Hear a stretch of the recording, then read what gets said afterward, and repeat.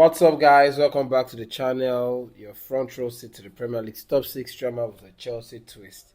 Yeah, it's Chelsea first and rivals next. And this week is one of those weeks where the transfer noise actually matters. No fake smokes, no lazy links, but signals. And we're going to be talking about Antoine Semenyo of Bournemouth. Aaron Anselmino, who's having a blistering season at Dortmund. Um, Elliott Anderson from Nottingham Forest, and then we'll talk about a, a cautionary tale unfolding elsewhere at Liverpool. And it's not just about names, right? It's about direction. So Let's just go right into it. So we'll start with Semenyo. Yeah. So Chelsea have, as of today, according to reports, joined the race for Antoine Semenyo for of Bournemouth, and it's not coming from just nowhere. It's coming from reputable journalists like Fabrizio Romano, who's actually referenced Chelsea monitoring the Premier League attacker who is physically and Premier League ready.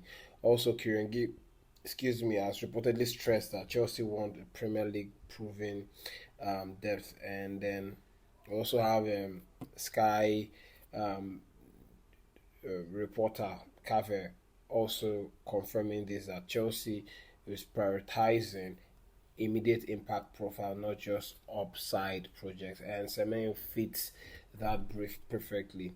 So when you ask me why would I want Semenyo at Chelsea, and I'm going to tell this for free without even a shred of doubt that yes, I would take Semenyo all day. When it comes to, if you put the options of Semenyo, Garnacho, Jamie Gittins, who else again do we have in the Premier League that would be joining these names? I'll pick Semenyo all day long, and this is owing to the fact that we all know who Antoine Semenyo is and how deadly and lethal he is as an attacker. Okay, playing from the left side, and plus the fact that he has qualities that most Premier League, I mean top clubs are looking for. The profile of Jeremy Doku is also the same. Semenyo has the same profile of Jeremy Doku of Manchester City, who is very physical and you can hardly shrug him off the ball. We used to have players like that in Willian and Hazard, who besides being skillful, as I'm talking about Hazard now, you can you cannot push him off the ball, okay, because he's got low center of gravity, and it's just all round type of player. I'm not saying Antoine Semenyo is of that ilk. I'm just saying that he's physically ready and one who can go 1v1 against any defender or against his man, and you can bet your bottom dollar that he's going to come out on top when he's faced with such situation. And then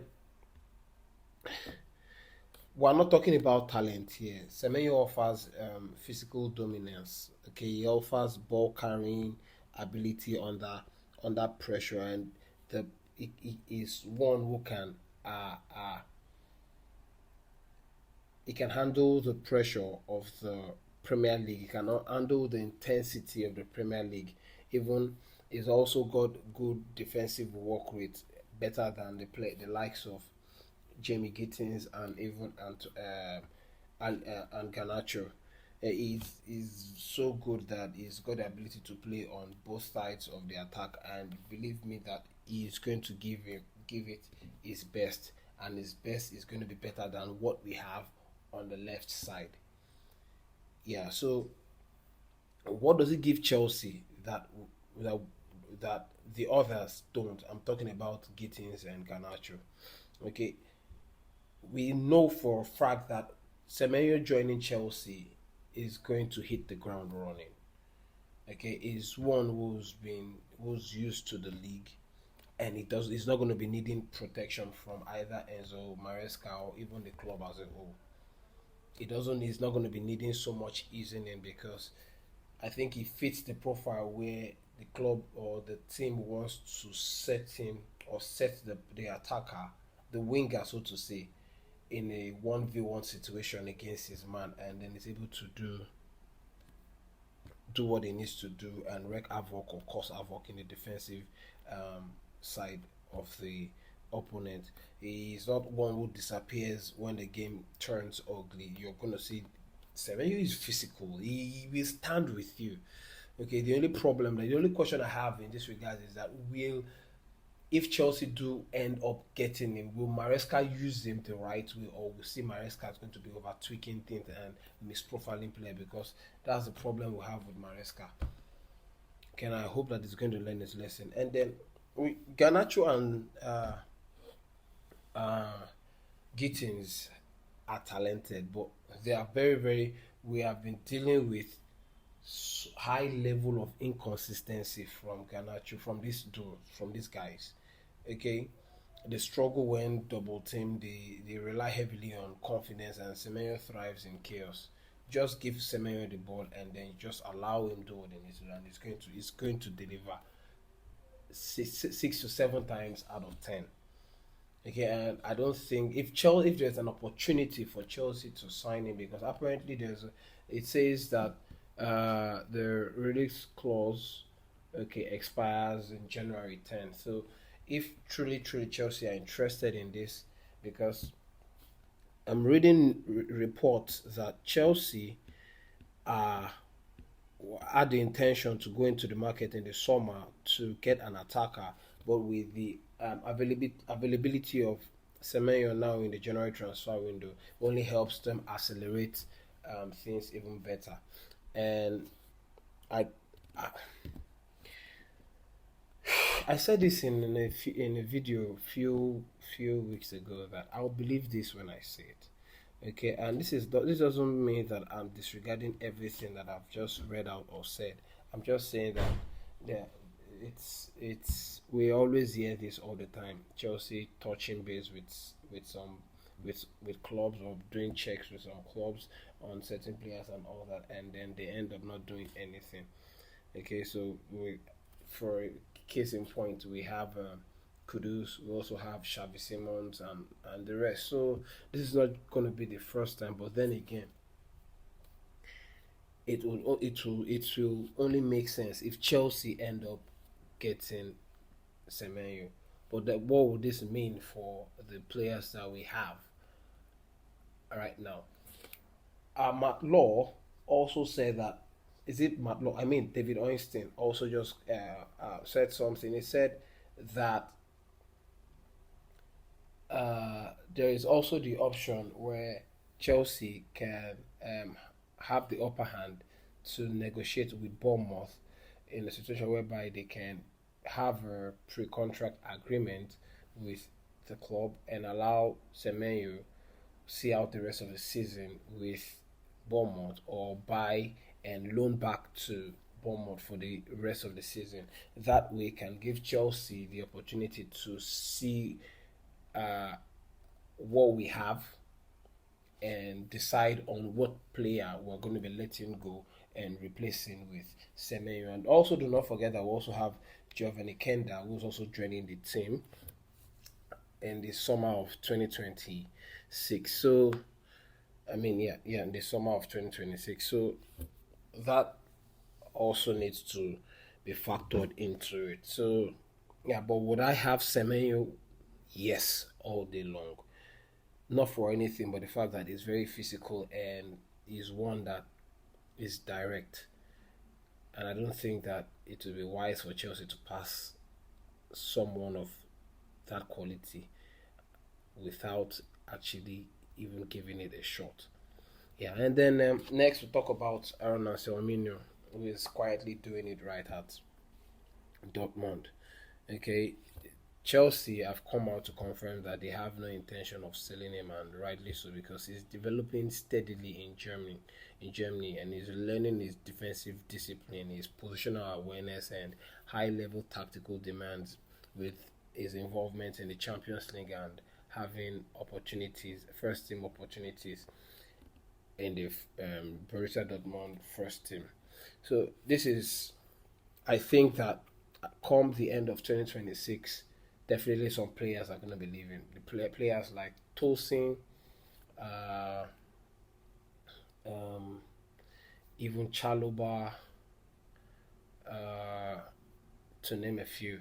Okay, these are the two that I think that they are very very high up there in the possible, in the likeliest names of players that are going to be leaving come the end of the 2026 summer, if not even, if they even reach that time. Then we also talk about Disasi was also leaving, but he's not part of the team. He's one in the bomb squad, so it's not going to be replaced. It's not a direct replacement and all that. Don't forget that Chelsea have the agreement with the UEFA that if we're going to be going into the market, another one player is going to be. Oh, that reminds. That's true. We're not buying Anselmino. We've bought him already. He's just on loan at Dortmund. So, my bad. My bad. Anyway, Chelsea have come out to put it out there that is not up for sale and is part of the club's future. They want to assess him and see where they are with him come the end of this ongoing season. And I've not hidden this. I've been open and plain with this that I love Anselmino. I like the way he plays. He plays with so much poise and confidence, and he's 2-footed. Okay, he's good with both foot, and that's what I like about him. Is, like I said, his calmness on the ball for his age, for a player of his age, is really really something to pay attention to. And then so that's it. Chelsea have confirmed that the Sassi will be leaving no later than January, and that's long overdue. I hope that this materializes so that Chelsea can actually get some more money into the club and all that. Anyway, I wish him all the best. I don't know why they ended up getting him in the first place because it doesn't fit the style. But well, that's just it. Let me know what you guys think about that. So to wrap up on transfers, Chelsea are still also linked with Elliot Anderson, and this is alongside teams like Manchester City, Man United, and Bayern Munich.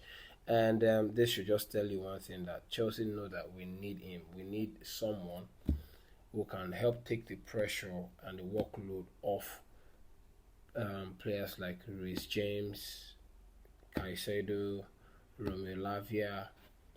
Not Romeo Lavia, I mean Enzo Fernandez, because Romeo Lavia was supposed to be the one to help release the pressure or ease the pressure and the workload on these guys, but he's been more injured than playing. So Chelsea needs someone to step in that regard, and we all know Elliot Anderson is not going to be coming cheap.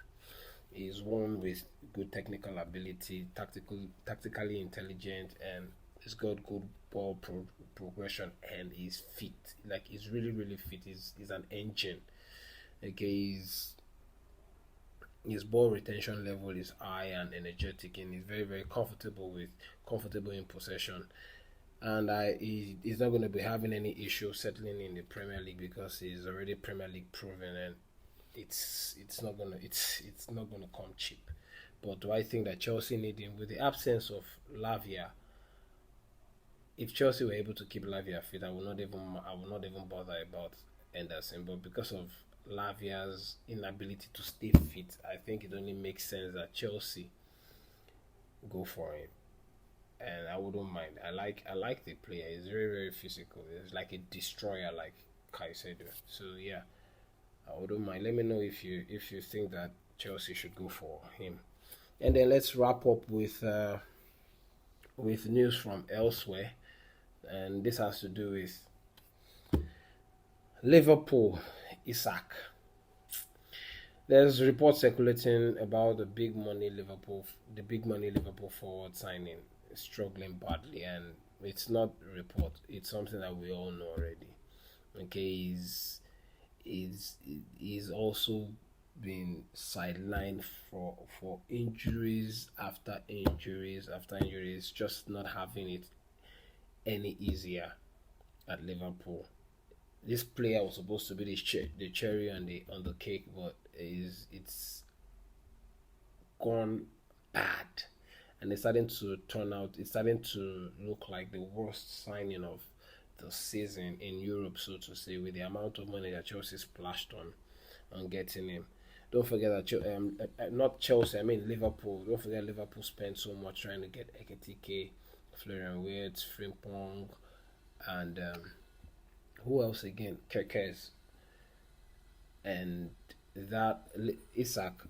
The acquisition of Isak was supposed to bring an extra fear factor for Liverpool, but the huge amount of money spent, the high expectations for him, it was supposed to be the cherry on the cake, but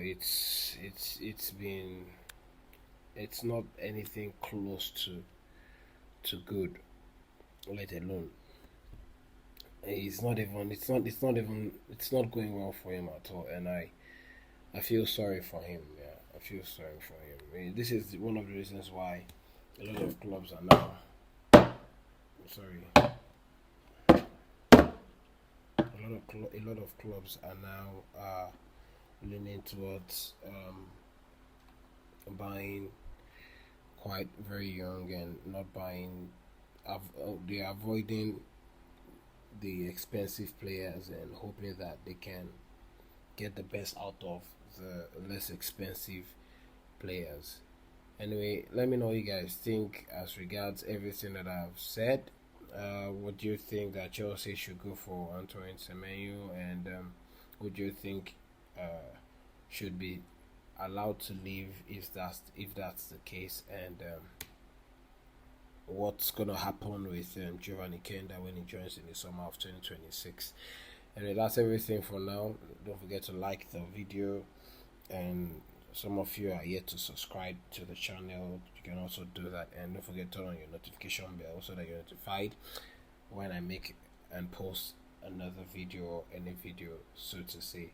I'll also be here tomorrow to give you guys my first match preview for the game as Chelsea welcome Aston Villa to Stamford Bridge on the weekend. So yeah, don't forget to check this space out for the video, and don't forget to share this video because that's the only way you can help this channel grow. But until then, it's Chelsea first, rivals next. Peace.